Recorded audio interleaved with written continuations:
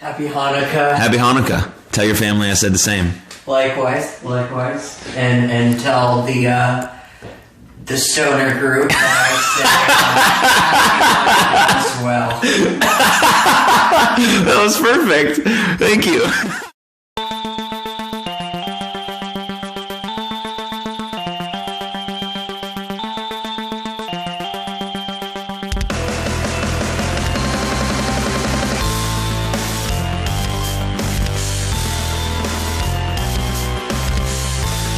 Hello, and welcome to another episode of Jaxon Talks Everybody with me, your host, Jaxon Stone. It is officially 5 p.m. Central Time here in Dallas, Texas.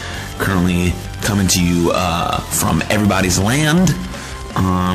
This is the start of Everybody's Hotline edition number 5. So we'll be here with the hotline open for the next hour for whoever calls in, wants to chat, wants to discuss, wants to connect, wants to explore, wants to understand any of those good things. That's really what the hotline is for. And today is December 10th, 2020. This episode will come out in the first few weeks, I think, of 2021. So if you're watching this right now, Happy New Year. Hope you're crushing those New Year's resolutions, whatever they may be, big or small.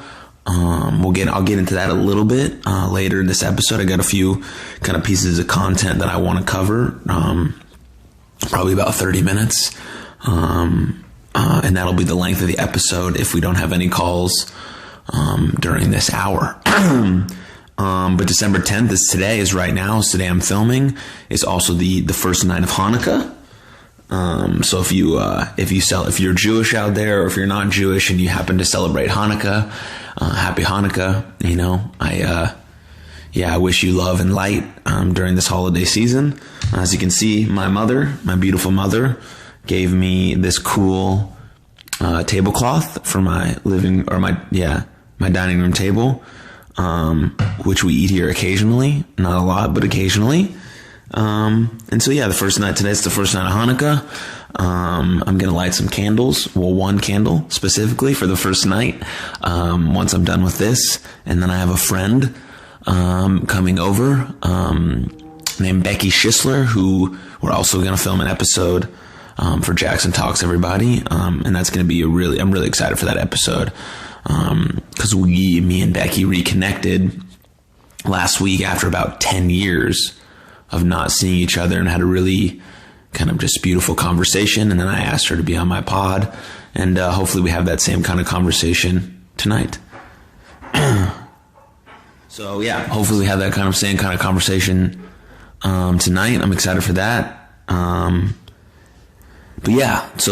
Holidays. When you watch this episode, the holidays have come and gone already, but I know that this year and these holidays specifically during this time are very difficult, to say the least. Odd, maybe overwhelming. Not sure what to do or what to celebrate, or if we can be happy, if we can't be happy, or what that whole idea behind it is.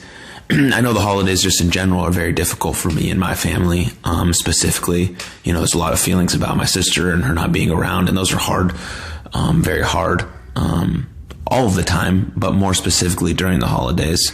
So it is really nice to spend even more time with my mom and dad, which I cherish all those moments. But if you're someone who has a difficult time during the holidays because you're not able to see your family this year, or you are, grieving the loss of a loved one, or any of those things, or it's just hard for you, you're just struggling in general, know that that's okay. There's no specific way you have to feel. You don't have to force yourself to feel any way.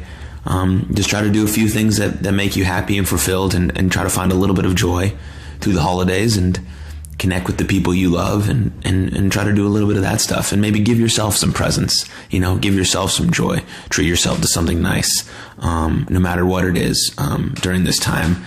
no matter how difficult this time may be, you're unsure, overwhelming, and a lot of things happening, just try to find that time for yourself and for joy, and for happiness, and celebrate, accordingly and safely. So yeah, cheers to that. Happy holidays. Happy New Year. But that kind of leads into, my opening kind of segment, for the show. Really diving in deep to the question, the simple question, the question we all ask every single day, the question we kind of use just to say hello in some instances. The question I think has the power to really enact really deep conversations between people. But we also have to be careful in those conversations, because we don't want to just unload on people. And we also don't only want to talk about the things that are bothering us. We want to vent about the things that are good, that we've accomplished, that we're proud of. And so that's an important distinction to make there, I think. But the question is, how are you? How are you for real? And anytime a guest comes on, I ask them, how are you? I ask them to be honest, because I'm open and willing to receive their honest answer. And then, how are you for real? For real, for real, It's kind of like back in the day when we were like in middle school or something, and someone said they liked you, but it was like, do you like me or dislike me? And that was always funny. You ever we used to, I don't know if I never did it, but like they used to send like notes with like boxes to check off, like, do you like me? No, yes, or something like that. I can't remember the exact format of it, but it was pretty funny, I think. But yes, so that's the same idea. Do you like me? I really, really do want to know, how are you? And so like we've done before on these kinds of episodes, I encourage you right now to pause this, whether you're watching via YouTube or you are listening via audio, if you're in your car, or if you're at the gym, or if you're taking a walk, or wherever you listen to this show, pause it. And if you're able to, safely, text a friend right now. And check in with them. Say, how are you? Ask them honestly. See how they're doing. Ask them what's new. That little gesture of just saying, hey, what's up, can mean the world for someone, especially when we don't know what they're going through at the moment. But if you are driving, no texting. Call a friend. Call someone you haven't talked to in a while, and just say, hey, I love you, miss you, hope you're well. It doesn't have to be anything more than that. Hey, Joel. Happy Hanukkah. Happy Hanukkah. Tell your family I said the same. Likewise. And tell the stoner group that I said as well. That was perfect. Thank you.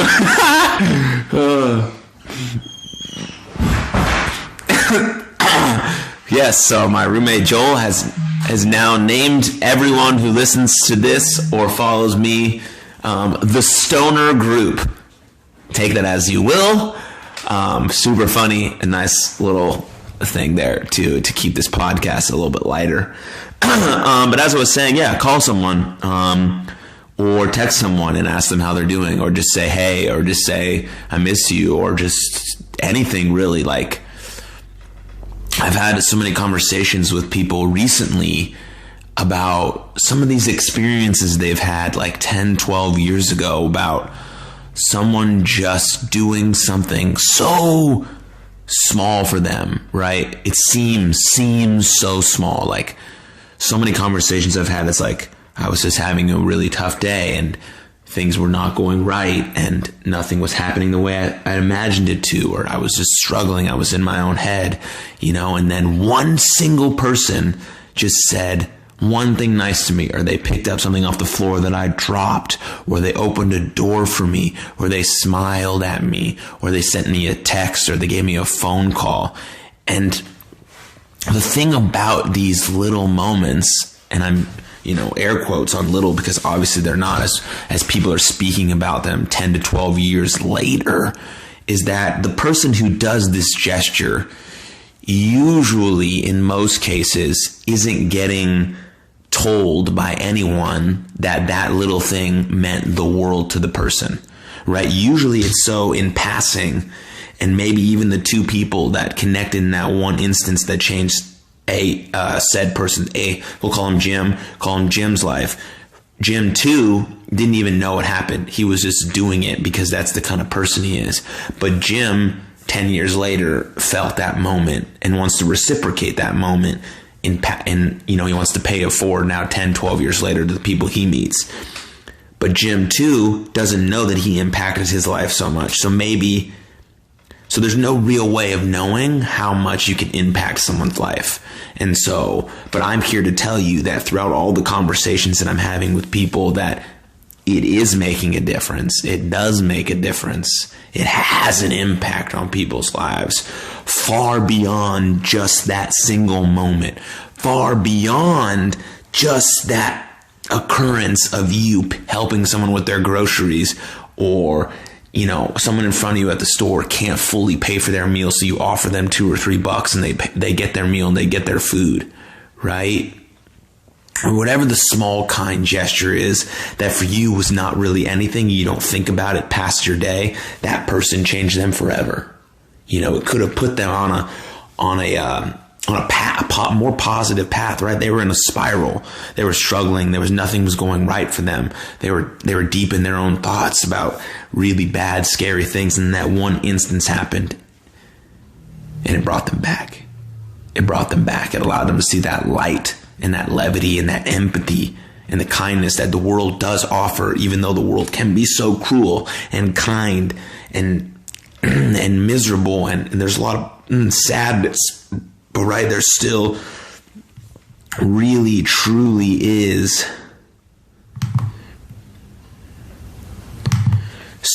there still really, truly is a lot of good and a lot of good people and a lot of good hearts. And those little tiny minuscule moments that we feel are small are not small, because we're feeling the effect of those amazing moments in our lives 10, 12, 13 years later. If you listen to this podcast, you saw and you watched the episode with my man Scott. And just the small gesture of someone saying, hey, we don't have to cut all your hair off. We can get in there and stitch you up without cutting all your hair off, meant the world to him. It changed his life. He's in a different spot because of that. And that's something that person never knows. And that's the beautiful cycle of this world. That's how we're all interconnected. That's how we're all one. Because that moment was a trickling effect for Scott, and now he wants to help change people's lives. And now he's sharing his story and his mental health journey to inspire others. And that person who was working at the hospital is obviously helping people regularly, but doing it in a kind, gentle manner. And so that's how we're all connected. That's when we say we're all just one human race. Obviously, we have so many different experiences and events that happen to us on an individual level, but so many of those resulting emotions are the same as everyone else. You're feeling lonely, so many people are feeling lonely, right? So you're never truly alone in that thought. And that can help pull you from that darkness. That can help pull you, from those scary thoughts. And we can reframe our mind and reframe our position to bridge that gap into a little bit more empathy and positivity and understanding, and allowing ourselves to know that we're all interconnected in this world. What we do has meaning, what we do has value every day. The choices we make have an impact, good and bad.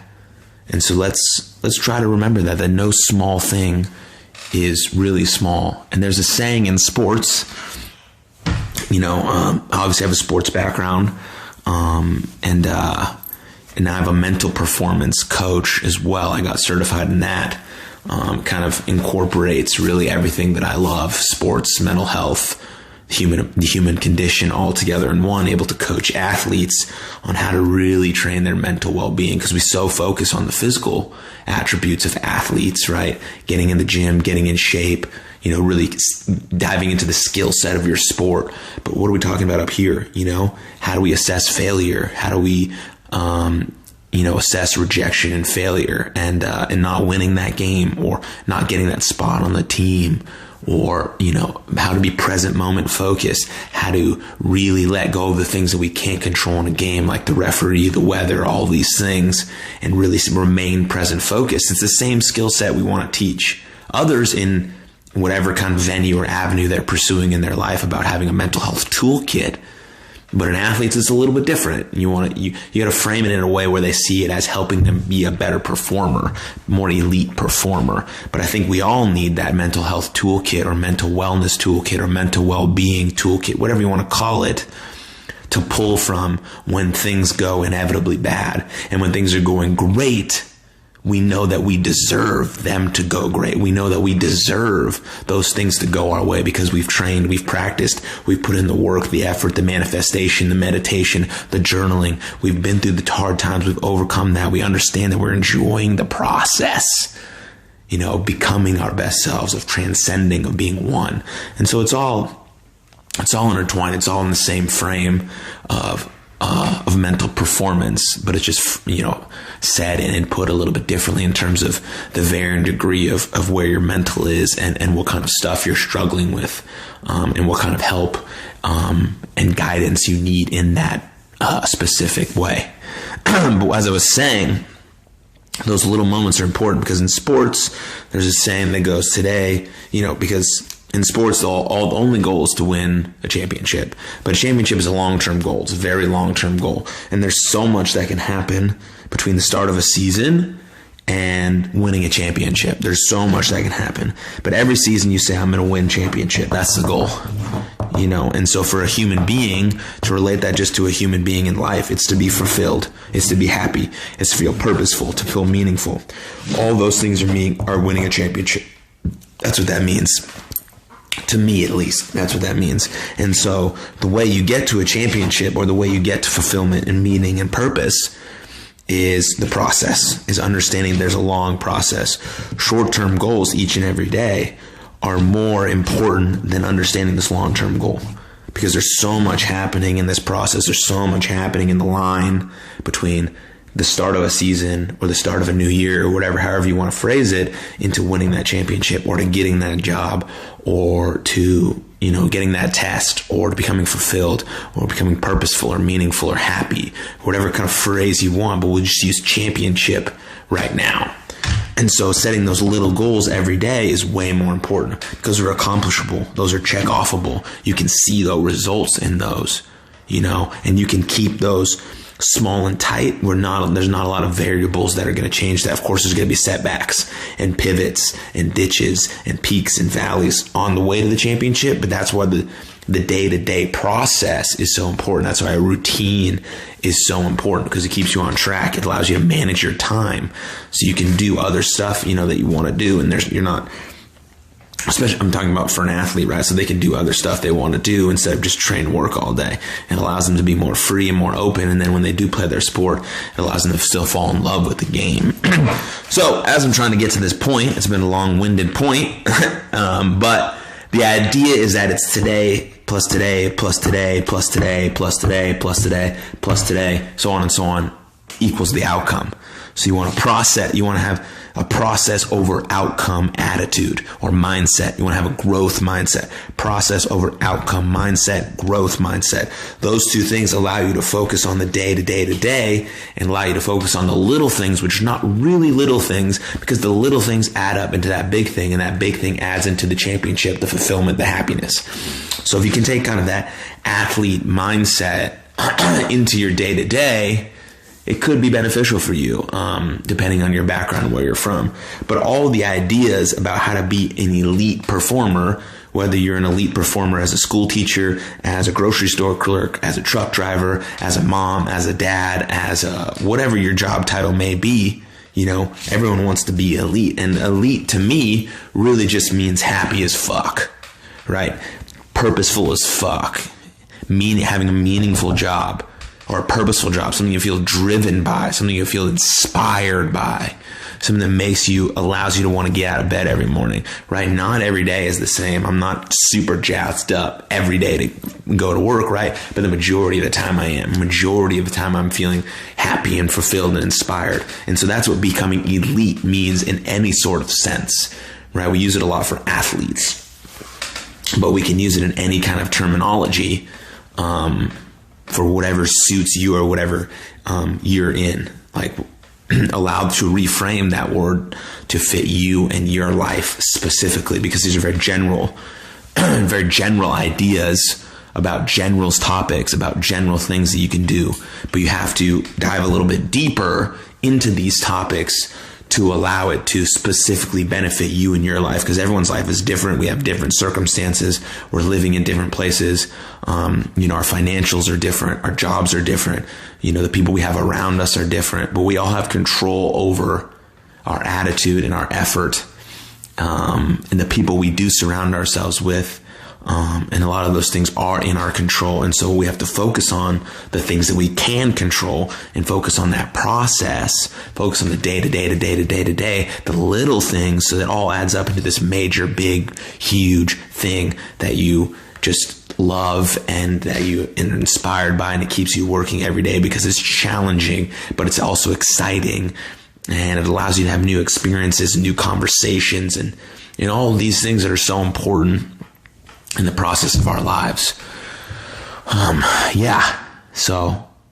I've been, I'm not sure if anyone's aware of this. I don't know if I've made it public or talked about it here, but I kind of just hopped back into baseball a little bit, over the last few months. And, it's been really amazing. And so then I really wanted to do something for the athletes, that maybe I wasn't. No, I'm not going to say no. I did get, no, yeah. So I really wanted to, because I love sports, I love mental health. I love the idea of that. I love talking about it. I love conversations. I love seeing people reach their full potential while I'm in the midst of trying to reach my own full potential. I'm deeply involved in pro wrestling because that's an amazing sport as well. And so all of these things can be combined into kind of this mental performance coach that I became certified and mastered in, and now I can teach it to people. And so I feel like, that's what qualifies me. I don't know. I always knew that my lived experience was what brought me into this field of talking about human development and mental health and performance on the mental side, and emotions and what drives us and what motivates us. The lived experience I had with my sister brought me into this field, but now I feel like I'm finding these, now I'm finding like all these things that I love and putting them together in this one little basket, and then being able to give that to people and also give it to myself, because I'm learning and exploring new stuff every day. And I absolutely am not even close to scratching the surface of knowing really anything, but I know a little bit enough to convey it in a way that I think makes sense for people to understand it on this podcast. So I hope whatever resonates with you in these little chats, or with when I have guests, or when it's just me talking, that you kind of dive deeper into what resonates with you and apply that to your life, because we can consume all of the information we want. We can consume all of it. We can listen to the podcast. We can read the books. We can do all of that stuff. But if we don't take what we consume, digest it, really understand it, then put it into action into our lives, then nothing is ever going to change. It's all going to be the same. Then those books and the podcasts and the self-help stuff was all like a placebo effect. It made you feel good for a minute because you thought you were doing something that benefited you, which you are. It's the start.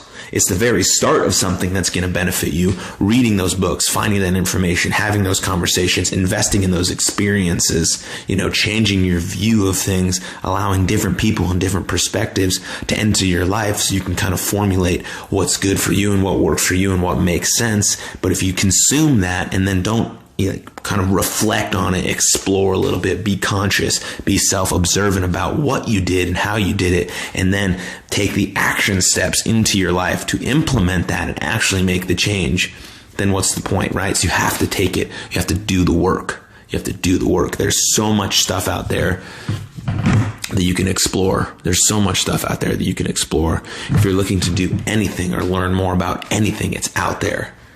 And you can learn about it, and then you have to apply it. No one is going to do the work for you. There's help, there's love, there's support, there's different perspectives available. There's so much support and help available and love, and I can give you all of that, but I cannot do the work for you. And so the reason behind that I'm sharing this information is I hope that you feel something inside of you that's telling you, okay, I can do this work, because you can do the work. You can change, you can adapt, you can grow, you can become, I don't like to use the word better, but better, a better version of your already best self, right? Your better version of your already amazing human being that you are now, and every day looks different in your journey. Every day looks different in your journey. Some days you're out there crushing it. Boom, boom, boom, boom, boom. You got everything done on your list. Some days you don't want to get out of bed, right? And the best you could do was eat a piece of candy and lay back down. Or the best you could do was just have a cup of tea and read 2 pages in your book. Or the best you could do was just take a shower. And that's okay. Those days are going to happen. They happen to every single one of us. You think the best people in the world don't struggle with that? They do. I promise you they do. But they have tools and practices and resources in place to allow themselves to dig themselves out of that hole a little bit quicker. So we're not wallowing in that pain. We're reflecting on what it is and why it's happening. We're using our resources. We're using our tools. We're using our help. We're using our treatment plan. We're using our therapist. We're doing all these things that we have in play inside of our mental health toolkit to allow us to get past those days a little bit faster than we normally would. Because we still have to feel those feelings. We still have to feel that sadness. We still have to feel that pain, that hardship, that struggle, right? But you're not alone. You're not the only one feeling this stuff. So many people are, right? And that's why it's important ahead of a crisis, ahead of it when it gets really bad, that we have to have a plan in place, a toolkit in place, that you know what exactly works for you in your journey, because it's all as important. You and your journey. Doesn't matter if journaling works for Jim. If journaling doesn't work for you, then you don't do it. And you need to know that in advance before someone gives you that advice. You can say, I already tried that, it's not working. But you really have to try it. You have to try it for real, like actually try it for 30 days or whatever it is that you feel like actually trying it is. And if it still doesn't work, then you take it out of your toolkit. But you have to attempt these things with real full effort to know if they work or they don't work for you. And that's what's important. Developing that toolkit, developing what works for you and what doesn't work for you. And so, yeah. Whew. Yeah, that was good. Feeling it. That all came off of just, I have some notes written down on my sheet. And the first one was, how are you really? I guess I was going to answer that question, but then I kind of went into the next one, which was text and call a friend. And then we kind of went into that whole thing. But back to the original point, text, call a friend. And yeah. That's important. Checking on your people, but also what's very important is to check in on yourselves. Checking on yourselves, because we can't be anything to anyone else if we are nothing to ourselves first. Okay. All right. Another important topic I want to get to today. So if you saw, the last episode that I posted of 2020 was with Milan. She is first of all, she's a brilliant woman, but she's the founder and president of Experience Wrestling. And Experience Wrestling is a nonprofit organization that she founded, started, and built that is meant to bring equity, diversity, and inclusion into independent professional wrestling, specifically trying to redefine the pro wrestling experience.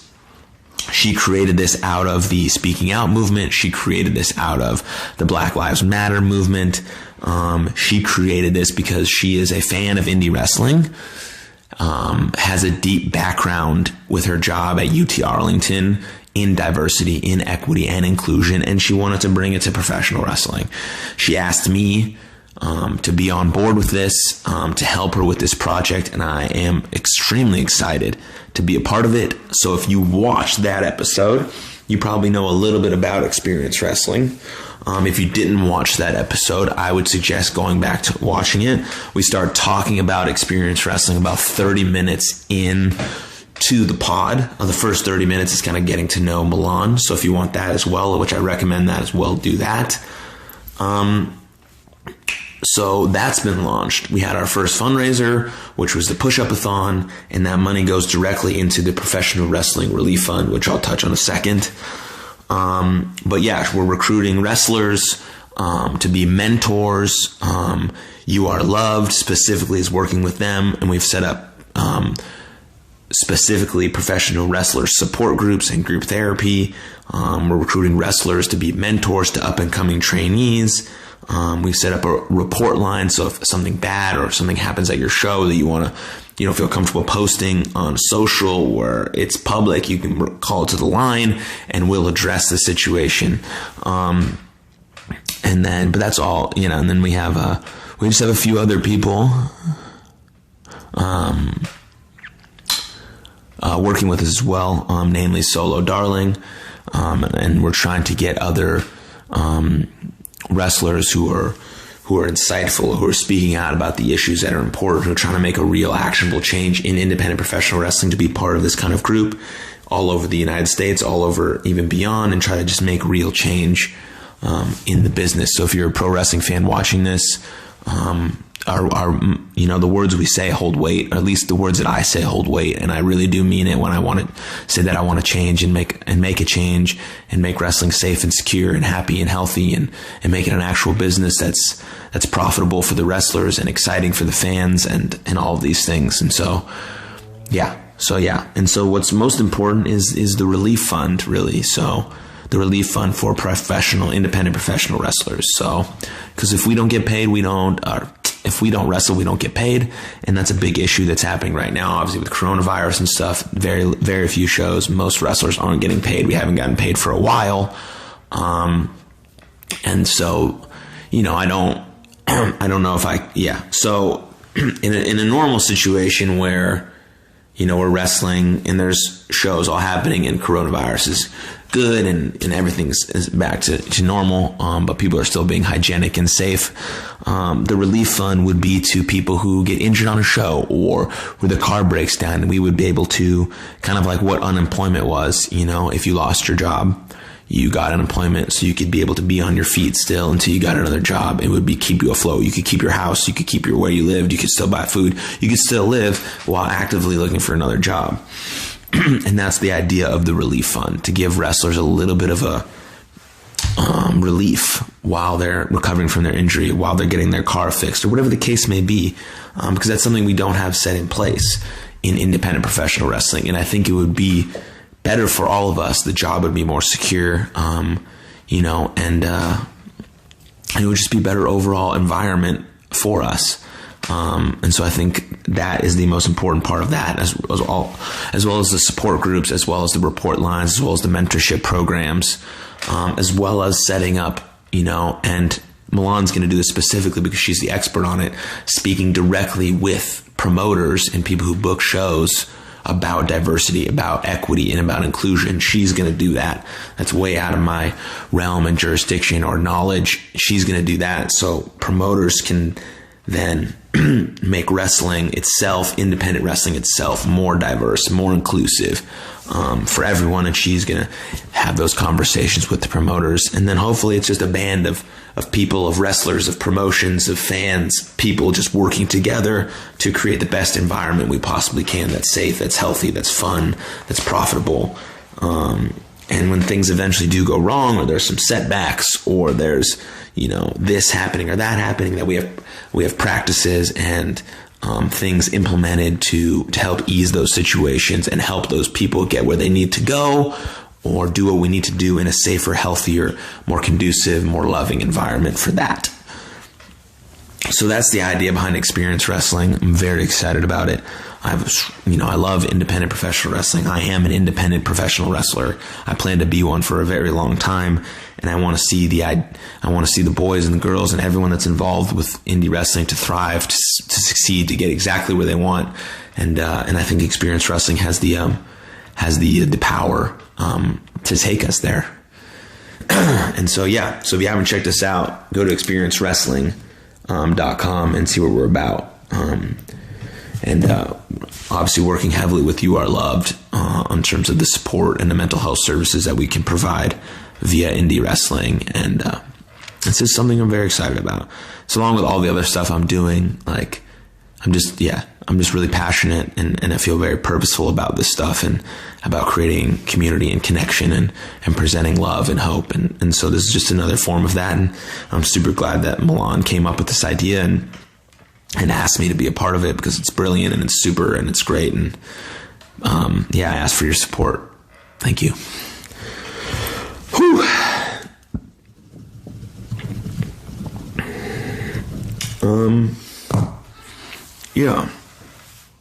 So I just want to talk about one quick thing. I'm not going to go into it too much. I already touched on it a little bit. So we'll just segue into it now, and then that'll be kind of the content that I talk about this week for this episode. So this episode will come out probably the third week of January. And so in the third week of January, we're obviously 3 weeks into 2021. I have absolutely no idea what life will look like, what COVID-19 will look like. No idea. But I do know that people do tend to make New Year's resolutions come January 1. And I think those New Year's resolutions are very, very important. But we need to think about them in a realistic, appropriate manner for the times that we're in. And so don't beat yourself up about it. You're not a failure if you don't have these huge, lofty New Year's resolutions about changing the whole world. If your New Year's resolution is just to, I don't know, I can't think of anything right now, but something small and meaningful, then I think that's brilliant. If your goal is to just try to make it into the gym or exercise 1 day a week, I think that's great. So don't be afraid to make these New Year's resolutions, but make them appropriate and meaningful for what's happening in today's world. Make it realistic for what's happening in today's world. So brainstorm, start to think about where you want your life to be, in 6 months, and what you can do day to day to day to day to day to get there, because if you say that you're not going to eat chocolate for 1 year, that's very hard. That's really, really, really hard. And so take it a day by day, take it month by month, see what you can do every day that can get you there to whatever your goal may be. And allow there to be setbacks, allow there to be pivots and changes, because that's how life works. Nothing goes in this straight line.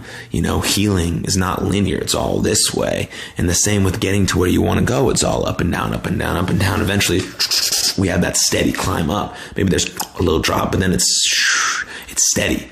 So if you want that steady climb up, that slow, steady climb, that one step in front of the other, make those New Year's resolutions appropriate and realistic and meaningful for you, and stick to them. Have that self-love, because self-love is that deep act of discipline towards ourselves. Right? Of course, self-love is getting our hair done, or maybe doing our makeup that day, or buying ourselves a new dress, or buying ourselves a new suit, or getting ourselves a pair of new shoes, or getting our nails done, or getting a pedicure. Like, I love getting a pedicure, specifically with my mom. I like going, getting a massage done, or getting a facial. Any of these things, those are acts of self-care, right? But those are the kind of the ones we think of immediately when we think self-care. But really what self-care is a deep responsibility and a deep act of discipline towards ourselves. If I say I'm going to do something, this is where I want to be. Me having self-love for myself allows me to have discipline to get myself there. It's a responsibility to our future selves. Loving myself deeply is a responsibility to my future self, because I'm setting myself up for the best future by loving myself deeply in each and every current moment. So have that self-love. Have that observation of yourself. Explore into what you really want to see yourself be and become, or do and have. really internally. I wouldn't make these goals about material things or external values. I'd really make them an internal thing, because then everything else around you will kind of just grow and happen. And just by coincidence, you'll get these kind of external values or material items that you feel like you want. But if we're working on inside of ourselves, we're working on that mindset, if we're working on mindfulness, and self-love. And so those deep acts are what should be part of our New Year's resolutions, to allow ourselves to really get where we want to get. And I believe in that. I believe in you. I think you can get there.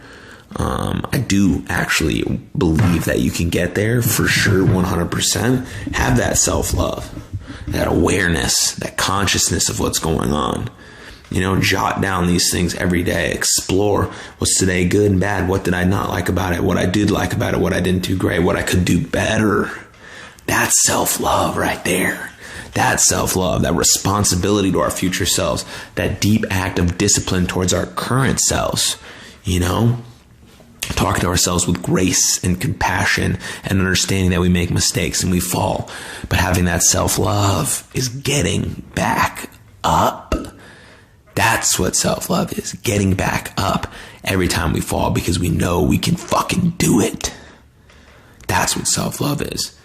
And that's what I'm going to end on today, because I feel empowered by what I just said. I hope you feel empowered by what I just said. I hope you go out and do something amazing for yourself. I hope the new year up until this episode has been great for you. And 2021, man, it can be magical. It can be magical if we just come together, we work together, but we also focus deeply on inside of ourselves. We look inward and we lean into that.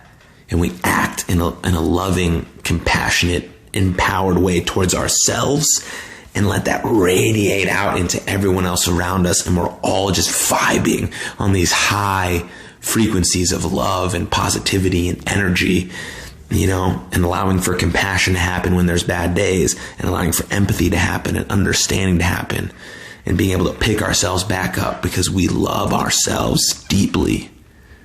And so that's what I'm saying. That's it. Happy New Year. We're in 2021. Brilliant. Thank you for listening. I'm excited about where Jaxon Talks Everybody is going to go. If you've seen the first 2 episodes of 2021 in front of this episode, which are just with some guests, then you'll have seen the new intro for the show. You'll see the new music for the show. So if you want to find out. And so I'm pumped about that. The intro and the music is great.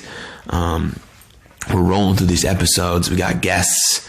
If you guys out there are listeners and you have any guests that you feel like would be great for this show, please hit me up about it. Or if you have any specific topics that you'd like me to cover, DM me or comment on the videos, or send me an email, or go to jaxontalkseverybody.com and leave a comment, and I'll get that. If you have any topics that you really want me to cover, or any guests that you really want me to have on, or you have a connection to a guest that you feel like would be great conversation between the two of us, let's go, dude. I'm for all of it. I'm ready for Jaxon Talks Everybody to be huge in 2021. And it's all because the original listeners and the original viewers that I've had on this show since the very beginning. And I appreciate you all. Thank you for listening. If you like it, tell a friend. Go to Apple Podcasts, rate us, review us, subscribe, comment, whatever. All the good stuff. I hope you have an amazing night. Cheers. One love. Thank you.